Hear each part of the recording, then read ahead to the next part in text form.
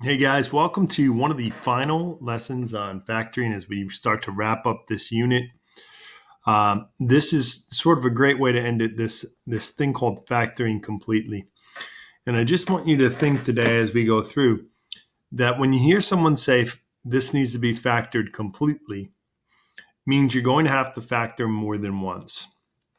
Think of when you simplify a fraction as opposed to reducing it to lowest terms.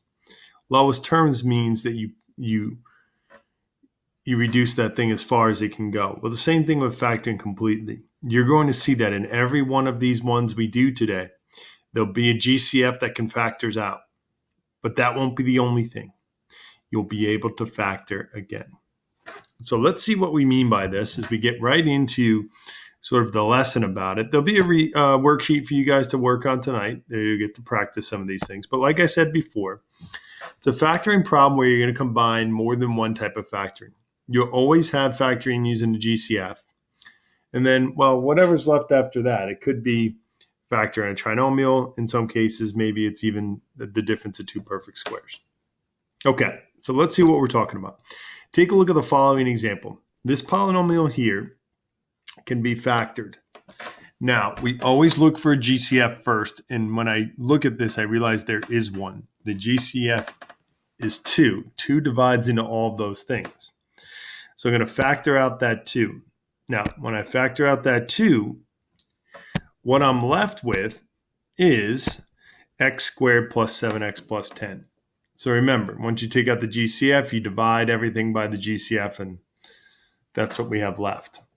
Now, what you're going to see here is that this polynomial that's left over here, that can be factored again.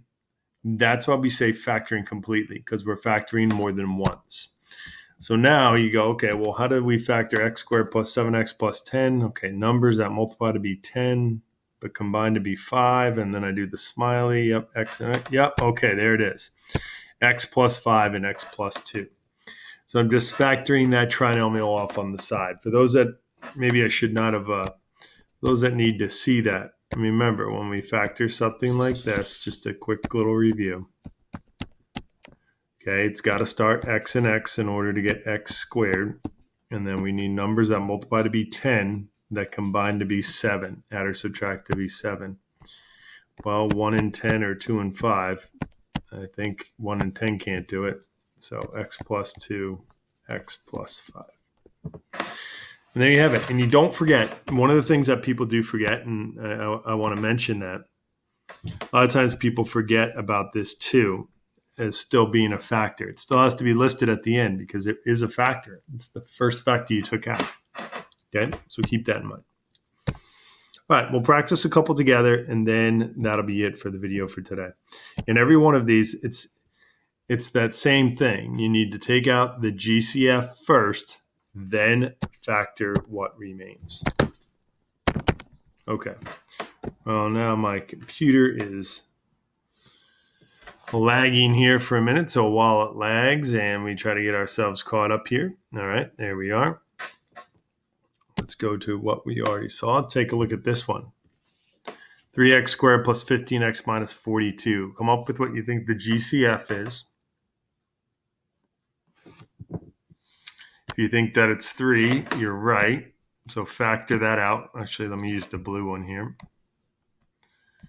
Now, when I factor out, I end up with x squared. Some people ask, well, will that always end up x squared? For the most part, yes. Not always, but for the most part. Okay, now, because the direction said factor completely, it was kind of a dead giveaway that this is going to factor again.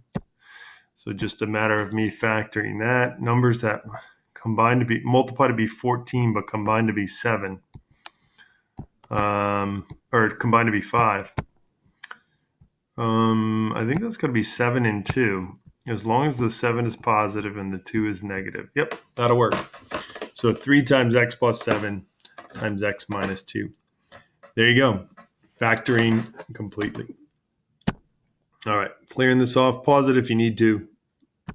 Here comes our last ones. And these ones are a little bit of a challenge because, well, I can see right off the bat that they don't look like the other ones. Let's take out the GCF. It is 5.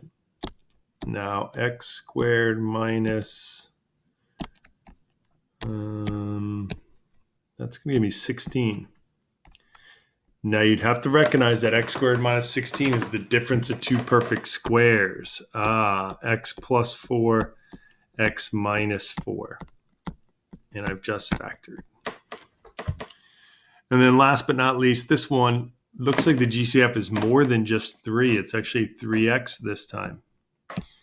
So when I factor that out, I'm left with x squared minus 9. And I don't forget my 3x. Difference of two perfect squares again, x plus 3, x minus 3. Okay, well, those were the challenging ones. You've seen it now, factoring completely. All there is to it is factoring out a GCF first, and then factoring again with whatever remains. Okay, like I said, factoring is going to be one of those things. It's going to be one of the most important topics that you'll cover for the rest of your high school career. Every course you take, they're going to expect that you can factor well.